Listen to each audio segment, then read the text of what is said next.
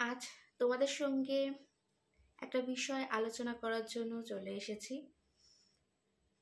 আমি কিছু সিদ্ধান্ত নিয়েছি, সেটা আমি জানি না সেটা সঠিক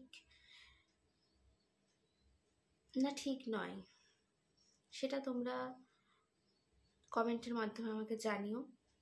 কারণ সত্যি বলতে আমার এই ইউটিউবে আসার পর আমার যে পরিবারটা যতটা বড় তোমরা দেখতে পাচ্ছ, যতটা বড় হয়েছে, সত্যি অনেক ভালোবাসা আমাকে তোমরা দিচ্ছ। এভাবেই পাশে থেকো, এটাই বলার। আর সত্যি কথা, আমার কোনো ভুল ত্রুটি হলে যেমনি তোমরা একটু বকাবকি করো বা শাসন করো, সেরকম যদি আমি ঠিক ডিসিশন বা ঠিক কাজ করি তখন কিন্তু তার প্রশংসাও করো। এটা কিন্তু আমার খুব ভালো লাগে, কারণ নিজের মানুষরাই তো বকে, আবার নিজের মানুষরাই সেই ভুলগুলোকে শুধরে নিয়ে আবার একসঙ্গে একই সাথে পথ চলে, তাই না?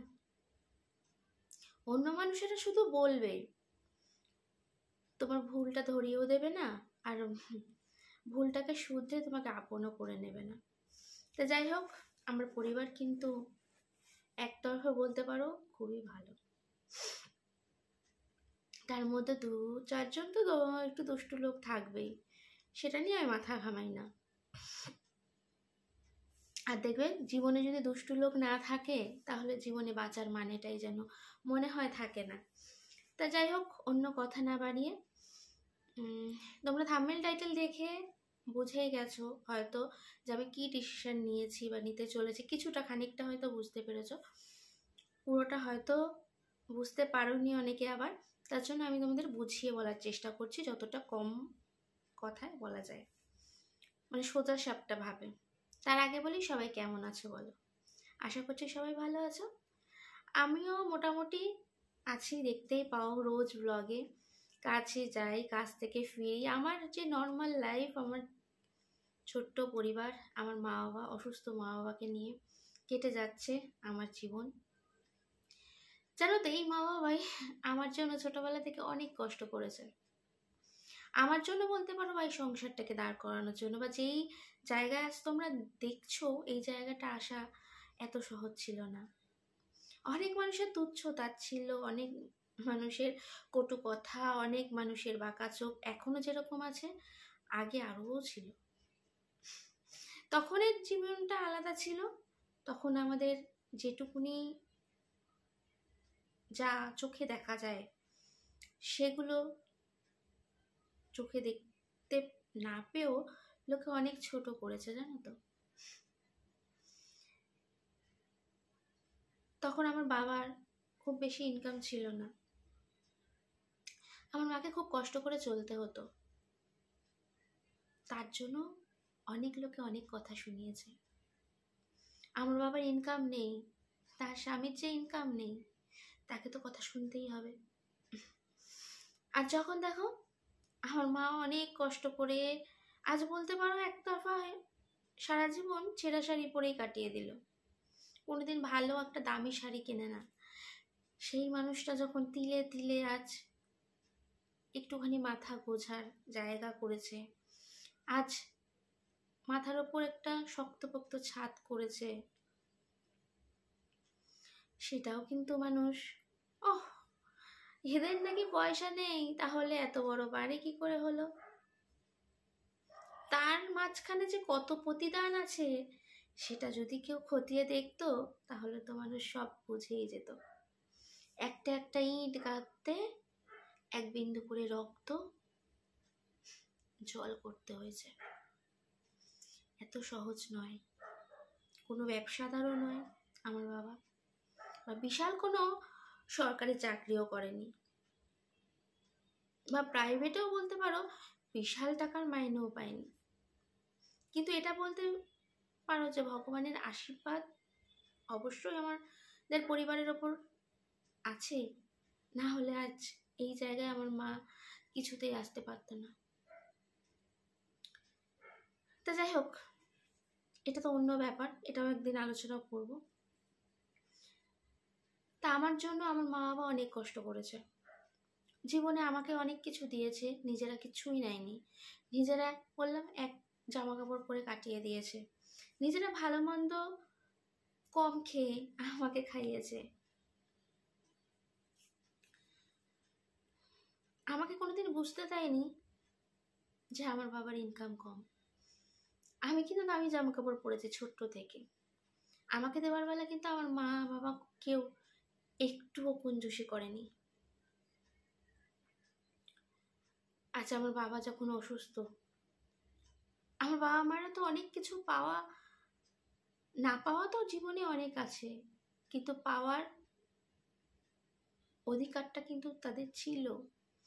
কিন্তু কোথাও একটা, সে যাই বলি আমি, কপালের ফেরেই হোক বা মানুষের চোখের বাঁকা নজরেই হোক, আজ আমাদের সংসারটা যেখানে যে পরিস্থিতিতে দাঁড়িয়েছে, সেখানে এসে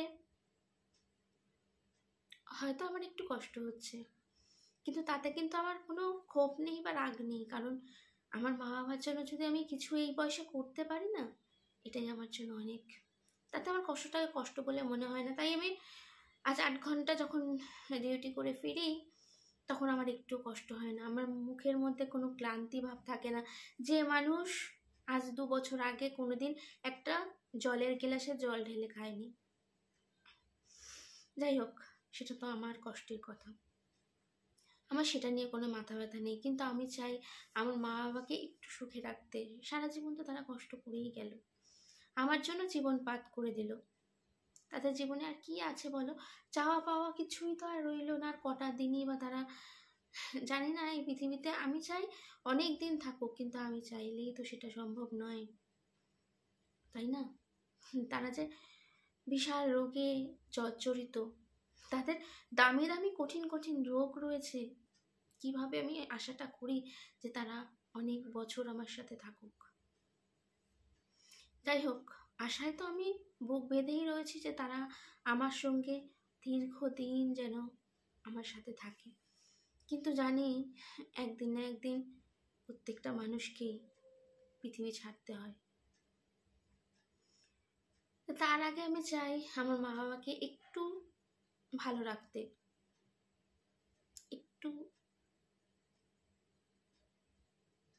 সুখ বলটা বলবো না, কারণ সুখে রাখার মানুষ মানে আমি কেউ নই। সুখে যদি কেউ রাখতে চায়, সেটা আমাদের মাথার উপর যিনি আছেন, তিনি যদি চান যে তারা সুখে থাকবে, তারা ভালো থাকবে, তাহলে নিশ্চয়ই থাকবে। তা আমি যে ডিসিশনটা নিয়েছি, প্রত্যেকটা মানুষের কাছে, প্রত্যেকটা মা বাবার কাছেই তার কন্যা সন্তানের জন্য তারা অনেক কিছু করে রাখে। আমার বাবা মাও ব্যতিক্রম কিচ্ছু নয়। আমার বাবা মাও আমার জন্য কিছু না কিছু করে রেখেছে। আমি জানি সেটা আমার মা বাবার অবর্তমানে বা এখনই সেটা বলতে পারো আমার। কিন্তু আমি চাই, আমার জিনিস দিয়ে কী হবে বলো তো, আর যদি আমার মা বাবা আমার জীবনে না থাকে। তাই আমি এই ডিসিশনই নিয়েছি যে সেগুলো আমি বেঁচে দেবো। কারণ আমার সেই জিনিসের, আমার মা বাবার থেকে মূল্য আমার মনে হয় না কোনো অংশে দামি। সেগুলো বেঁচে দিয়ে যদি আমার মা বাবাকে একটু সুস্থ জীবন, একটু যে কদিন এই পৃথিবীতে আছে তাদের যদি একটু ভালো রাখতে পারি, তার বিনিময়ে। কারণ আমার পক্ষে আমি যে ইনকাম করি তাতে তাদের ওষুধের খরচা, আমাদের পরিবারের খরচা টেনে তারপর আমার এক্সট্রা তাদেরকে ভালো রাখার জন্য সামর্থ্য নেই। আর তোমরা সবাই জানো আমার বাবা কী রোগে আক্রান্ত। আমার বাবা যে মানসিকভাবে অসুস্থ, সেটা একটু অন্য ধরনের। ডাক্তার বারবারই আমাদেরকে জানিয়েছে যে এর জন্য একটা, বাবাকে এরকমভাবে রাখলে চলবে না, একটু বেটার অন্যভাবে রাখার জন্য। আর মাও অসুস্থ, তোমরা সেটাও জানো। মায়েরও রাতের পর রাত ঘুম হয় না, সারা রাত জেগে ভোরবেলা উঠে আবার আমাকে রান্না করে, আর আমার বাবাকে নিয়ে তো সারাদিন কেটেই যায়। আর বাবাও যেন আমি না থাকলে বাড়িতে মাকে খুব একটা শান্তিভাবে থাকতে দেয় না। মানে উনি কাউকে ডিস্টার্ব সেরকমভাবে না করলেও আবার এমন উনি ওনার মধ্যে তখন থাকে না, তখন উনি ইচ্ছাকৃত কিছুই করে না, জানো তো। উনি ওনার মধ্যে তখন থাকে না, এমন কিছু করে ফেলে যেটা আমরা সাধারণ মানুষরা সেটাকে সুস্থ মস্তিষ্কের বা সুস্থ মানুষ বলে সেটাকে ভাবি না। তা সেটা তখন আমাদের কাছে নেওয়াটা অনেকটা অসম্ভব হয়ে যায়। আর আমার মা তো খুবই অসুস্থ, সে একটুতেই একটু বেশি ধৈর্য হারিয়ে ফেলে বলতে পারো। বয়সও তার হচ্ছে, তার হাত ভাঙা, শরীরে তার বহু রোগে আক্রান্ত সে। তাই আমি এই ডিসিশনটাই নিয়েছি, এটাই তোমাদের জানানোর ছিল, তাই জন্য আজকে ভিডিওটা করলাম যে আমার বাবার দেওয়া কিছু জিনিস আমি বেঁচে দিতে চাই। এই ডিসিশনটা ঠিক নিচ্ছি কি ভুল নিচ্ছি তোমরা কমেন্ট করে জানিও। কারণ অনেকে হয়তো তোমরা কমেন্ট করবে যে দেখো বাবা মা তো কারোর চিরদিন থাকে না, তুমি তারপর কি করবে। আমার জীবন নিয়ে জানো তো আমি কিছু ভাবি না। আমার বাবা মা না থাকলে আমি কতদিন থাকবো আমি সেটা আমি জানি না। কারণ আমার জীবনের বলতে পারো পুরো পৃথিবীটা জুড়েই রয়েছে তারা। তারা ছাড়া আমি কিছু নই, আমি ছাড়া তাদের কিচ্ছু নেই। তারা ছাড়া যেমনি আমার জীবন শূন্য, আমিও ছাড়া তাদের জীবনে, তাদের জীবনটা একটা কি বলবো মহাশূন্য, চারিদিকে ধুধু অন্ধকার। তাই আমি ডিসিশনটা অনেক ভেবে চিন্তে নিলাম যে একটু ভালো থাকার অধিকার প্রত্যেকটা মানুষের থাকে, কিন্তু আমার মা বাবা আমার জন্য যেটুকুনি করে দেখতেই পাচ্ছ, যেটুকুনি রেখে গেছে বলতে এখনো অবশ্যই আছে উনিরা, সেটা নয় মানে রেখেছে আর কি, এই বাড়িটুকুনি।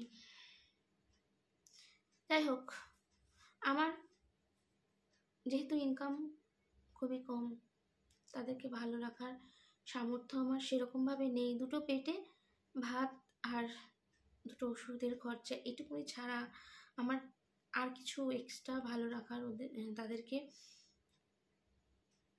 মতন ক্ষমতা নেই। এটা আমার স্বীকার করতে কোনো দ্বিধাবোধ নেই, যেটা সত্য সেটা সত্য।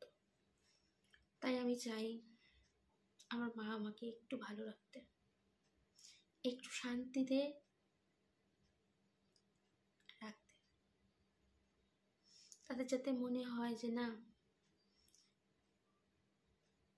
জীবনে আমার সন্তান একটু ভালো রাখতে পেরেছে। তারা জানে আমার জন্য তো আমার এই অল্প ইনকামে আমার মা খুব খুশি। বাবা তো বোঝে না, ছেড়ে দাও, আমার মা কিন্তু খুব খুশি যে আমার সন্তান যে যাই বলুক, লোকে কি বলছে সেই দিকে কান না দিয়ে আমার মা এটাই বলে চোখ বুঝে এগিয়ে চলো। তুমি এগিয়ে যাওয়ার জন্য জন্মেছ, তুমি লোকের কাছে অপমান বা বাজে কথা পাকা কথা শোনার জন্য নয়। তুমি এগিয়ে যখন যাবে তখন তোমাকে টেনে ধরার মতন অনেক লোককে তুমি পাবে, কিন্তু তাদের সেই বাধায় তুমি না তাকিয়ে সামনের দিকে তাকিয়ে চলো, কোনো দিকে তোমাকে লক্ষ্য রাখতে হবে না। আমরা তো মা বাবা, আমরা আশীর্বাদ করছি তুমি আরো বড় হবে, এটা কিন্তু আমার মা বাবা সবসময় বলে। তাই মা বাবার আশীর্বাদ নিয়ে এগিয়ে যাচ্ছি। জানি না কবে জীবনে একটু মা বাবাকে ভালো রাখতে পারবো, তা যতদিন না সেই জায়গা মতন আসছি তার আগে আমি ডিসিশন নিলাম এটাই যে আমার বাবার দেওয়া কিছু জিনিস আমি আমার জীবনে গচ্ছিত না রেখে আমি সেটা বেঁচে দেবো, দিয়ে আমার বাবা মার জন্য একটু ভালো থাকার মতন কিছু করব। যেটা করব সেটাও তোমাদের সঙ্গে শেয়ার করব অবশ্যই, কি করলাম না করলাম। এইটুকুনি বলার ছিল। সবাই ভালো থেকো, আর এরকম জানো তো নিজের মানুষগুলোকে আগলে রেখো, ভালো রেখো। এই মানুষগুলোর কেউ নেই। রাস্তায় দেখি তো অনেক মানুষকে দেখতে পাই, তাদের জন্য আমার অনেক কিছু করার ইচ্ছা আছে, জানি না কোনোদিন জীবনে পারবো কিনা। ভগবান হয়তো দিন দিলে পারবো।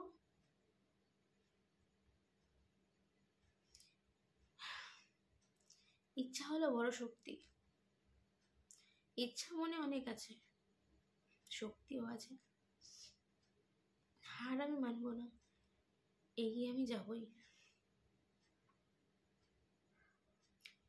তোমরা শুধু পাশে থেকো, আশীর্বাদ করো, আর কিছু দরকার নেই। আজকের মতন ভিডিওটা এখানেই শেষ করে দিলাম। সবাই ভালো থেকো, সুস্থ থেকো। আর বললাম, নিজের বাবা মাকে একটু ভালো রাখার চেষ্টা করো। সেই মানুষগুলো না অনেক কষ্ট করে তাদের সন্তানকে অনেক কষ্ট করে মানুষ করে, একটু সুখের আশায়। জানি অনেক সন্তান আমরা কষ্ট করি, কিন্তু সেইভাবে ভালো রাখতে পারি না।